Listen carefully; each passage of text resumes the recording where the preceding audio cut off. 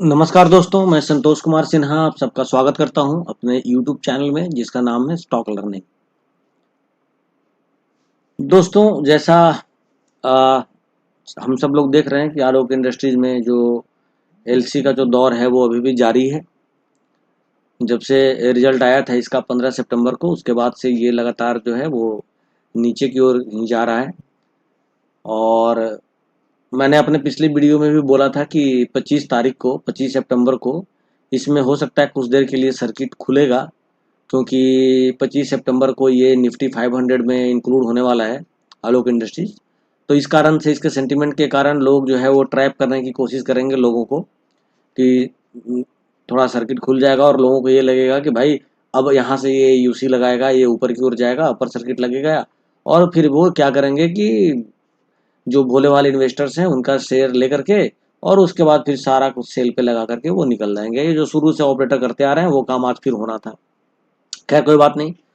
तो सुबह में भी मैंने इस बात की चेतावनी दे दी थी, मतलब चौकन्ना कर दिया था मैंने अपने सभी व्हाट्सएप ग्रुप में जहाँ जहाँ मैं जुड़ा हुआ हूँ कि भाई ये सेंटिमेंट बन रहा है आलोक इंडस्ट्रीज का जो सर्किट खुला है ये सिर्फ इसलिए कि निफ्टी 500 में जो इंक्लूड हुआ है और इस कारण ये जो है सो खुला है।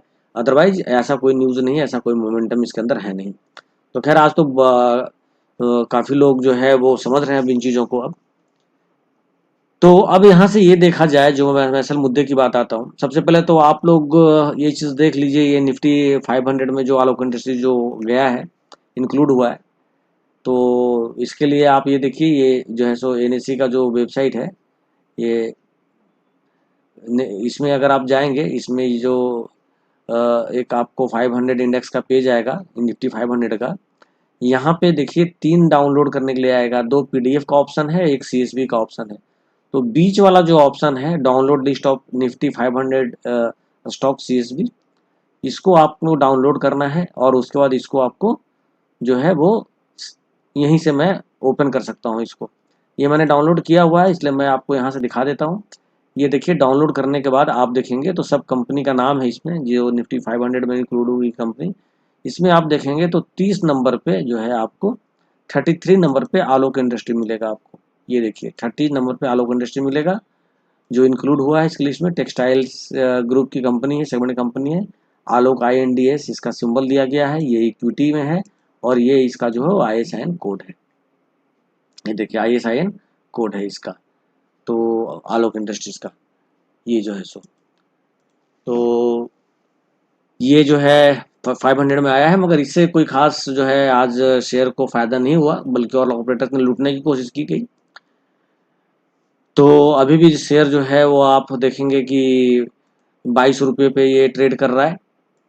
अभी आप यहाँ पे देखिए शेयर जो है वो 22 रुपये 20 पैसे पे BSE पे ट्रेड कर रहा है और 22 रुपये 15 पैसे पे NSE पे ट्रेड कर रहा है।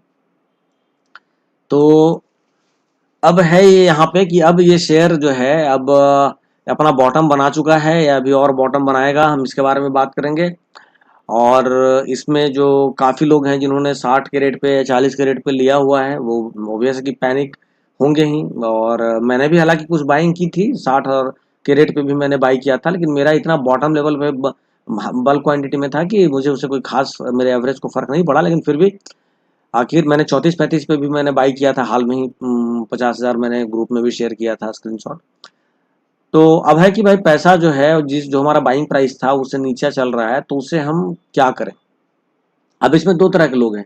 एक लोग जो हैं जो कि काफ़ी वाकई में परेशान हो रहे हैं कि जो है मैं लॉस में चला गया, या मेरा अगर 16 का बाइंग है तो 16 रुपये का बाइंग है तो ये 22 तक आ गया, पता नहीं नीचे। मतलब जो जेन्युइन है उनका जो कंसर्न है वो बेचारे परेशान है। और कुछ लोग जो हैं वो इस परेशानी पे का जो है वो मजाक बना रहे हैं और जो बेचारे इन्वेस्टर फंसे हुए हैं उनके जो जख्मों पे नमक डाल रहे हैं। कैसे नमक डाल रहे हैं? ये कचरा शेयर है, कभी बोलेंगे ये कूड़ा शेयर है, कभी बोलेंगे कि मैं तो इसको 5 रुपए में खरीदूंगा, कोई कह रहा है मैं तो इसको 10 रुपए में खरीदूंगा। तो ऐसे लोग हैं जो कि अभी खूब जो है इस चीज का मजाक उड़ा रहे हैं। एनीवे, चलो आप इंतजार करो, 5 रुपए 10 रुपए का शायद आ जाए तो आप खरीद लोगे। लेकिन हाँ याद रखना कि आप 5 रुपये और 10 रुपये वाला ही शेयर खरीद सकते हो, ये 40-50 वाला शेयर खरीदना आपके बस की बात नहीं है। इन लोगों ने जोखिम लिया है, बाकी जो इन्वेस्टर्स हैं, तो जो शेयर बाजार में जो जोखिम लेता है वही कमाता है।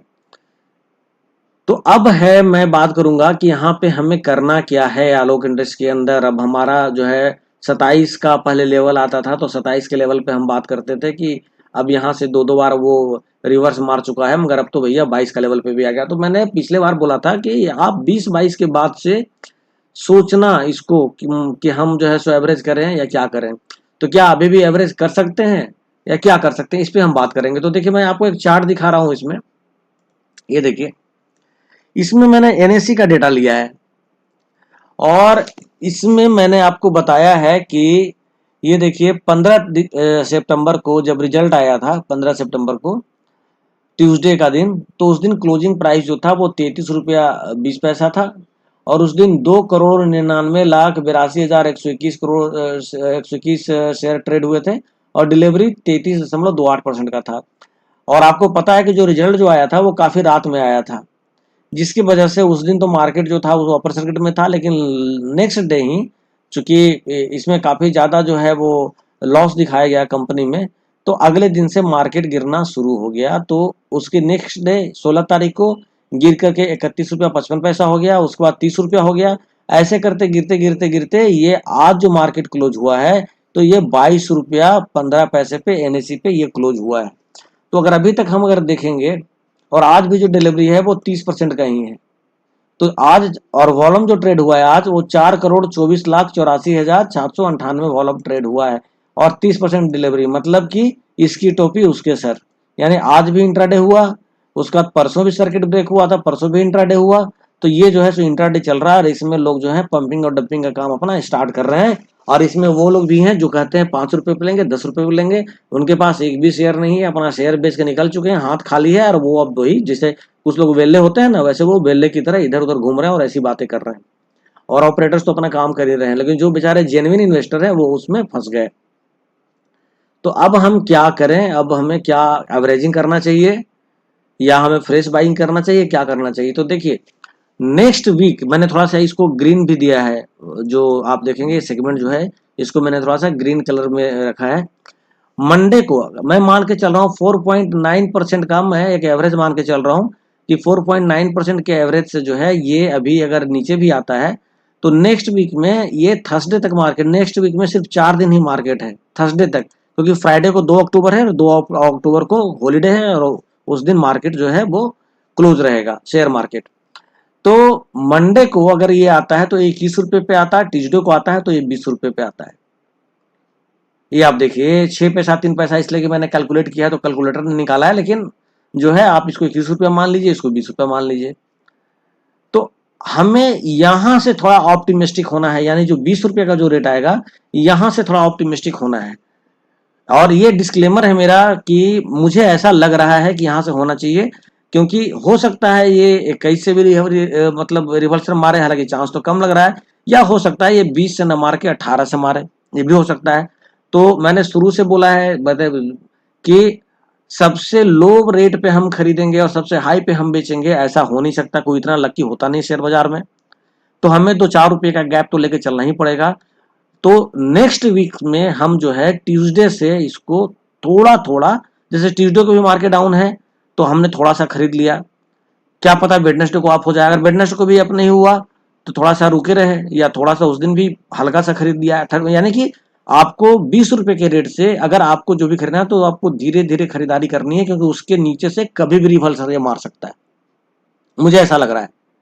तो एक बार में आपको बल्क में नहीं खरीदना है। मान लीजिए आपने 20 रुपये में आपको 10,000 शेयर लेना, आपने 20 रुपये में 10,000 शेयर लिया, पता चला कि फिर 18 तक चला गया या और 1 रुपया और नीचे आ गया 17 आ गया, तो आपको लगेगा करे यार मेरा तो 10,000 शेयर ले लिया, 3 रुपया का नुकसान हो गया, तो ये तो मेरा 30,000 रुपया नुकसान हो गया। तो आपको बल्क में नहीं लेना है। अगर आपने 10,000 का अगर शेयर तो आपने 2500 लिया तो आपको तो उतना का नुकसान तो नहीं होगा ना। तो बल्क में नहीं लेना है, थोड़ा थोड़ा क्वांटिटी जो है वो आपको लेना है। और ये 20 रुपए के रेट से आप नेक्स्ट वीक में आप उम्मीद कर सकते हैं, और नेक्स्ट वीक में मैं भी उम्मीद कर रहा हूं कि इसको रिवर्सल मारना चाहिए, क्योंकि अब ये इससे ज्यादा होता क्या है कि हर शेयर का ना एक वैल्यू होता है। अब ये शेयर अगर मान लीजिए आपको कि 10 रुपये चला जाएगा और 8 रुपये चला जाएगा, फिर तो इसके अंदर जबरदस्त बाइंग आ जाएगी, क्योंकि 10 और 8 रुपये के हिसाब से तो बहुत ज्यादा सस्ता है ये शेयर। तो उतना नीचे नहीं जाना है इसको, ये नेक्स्ट वीक में ये रिवर्सल मारेगा ऐसा मुझे लग रहा है। और मैं हमेशा मुझे जो लगता है, जो मेरा अपना कैलकुलेशन कहता है, मैं आप लोगों के साथ शेयर करता हूँ। पहले मुझे क्वार्टर 1 में लग रहा था कि नहीं ये अच्छा रिजल्ट आएगा और ऐसा होगा, तो भी मैंने कहा था, और अभी मुझे उस वक्त मैंने खरीदने को भी कहा था, और अभी मैं रुकने को भी बोल रहा हूँ, और मैं बोलते आ रहा हूँ पिछले 1-2 वीडियो से। तो आप इस चीज़ का ध्यान रखेंगे। और दूसरी चीज़ है, मैं एक चीज़ ये बोलना चाहूँगा कि देखिए होता क्या है ना कि बहुत सारे लोग जो ऐसे बहुत सारे लोग हैं जिनको मैं जानता हूँ कि जब 60 रुपया का रेट था उस वक्त लोगों ने बेचा, किसी ने 50 पे बेचा, किसी ने 52 पे बेचा, किसी ने 54 पे बेचा, और कुछ लोग जो थे वो 60 रुपए के रेट पे भी उन्होंने एक भी नहीं बेचा, वो रखे हुए रह गए, जैसे मैं भी था, तो उस वक्त मैंने भी नहीं बेचा। तो आप ना 2 बातें जो है वो हमेशा याद रखिएगा, जो बड़े बुजुर्ग जो बोल करके चले गए, जो बूढ़े बोल करके चले गए, उनका अपना एक्सपीरियंस है, उन्होंने अपने एक्सपीरियंस से बोला है। और हम लोग क्या करते हैं कि बहुत ज्यादा एग्रेशन में आकर के, उत्तेजित होकर के, एक्साइटमेंट में हम उनकी बातों को भूल जाते हैं, मगर बाद में हमें पता चलता है कि उन्होंने जो कहा था वो बिल्कुल सही कहा था। जैसे 2 बातें कही थी, जो हमारे जो आइकॉन है शेयर मार्केट के, जो जिनको हम आइडियल मान करके चलते हैं, वो ये वॉरेन बफेट ने, वॉरेन बफेट साहब ने ये कहा था कि जब, ये कोई मैं नई बात नहीं बोल रहा हूँ, ये सब लोगों को पता है, बस सिर्फ मैं इसको इम्फेसाइज कर रहा हूँ ताकि आप लोग इस चीज को समझ सकें, और मुझसे भी गलती हुई है तो मैं भी इस चीज को सीख सकूं। उन्होंने कहा था कि जब पूरी दुनिया लालची हो रही हो उस वक्त आप भयभीत होइए और शेयर बेच करके निकलना चाहिए।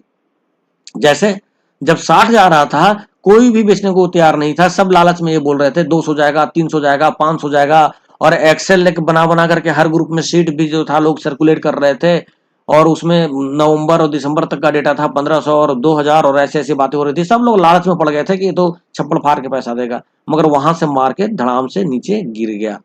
तो अगर हम उनकी बात माने होते कि जब पूरी दुनिया लालची हो रही हो तो आपको ग्रीडी होना चाहिए, तो आज हम उस स्थिति में नहीं फंसते जिस स्थिति में आज हमने 50 और 60 में बाइंग कर करके जो है हम जिस स्थिति में आज पहुंच चुके हैं और फंसे हुए हैं।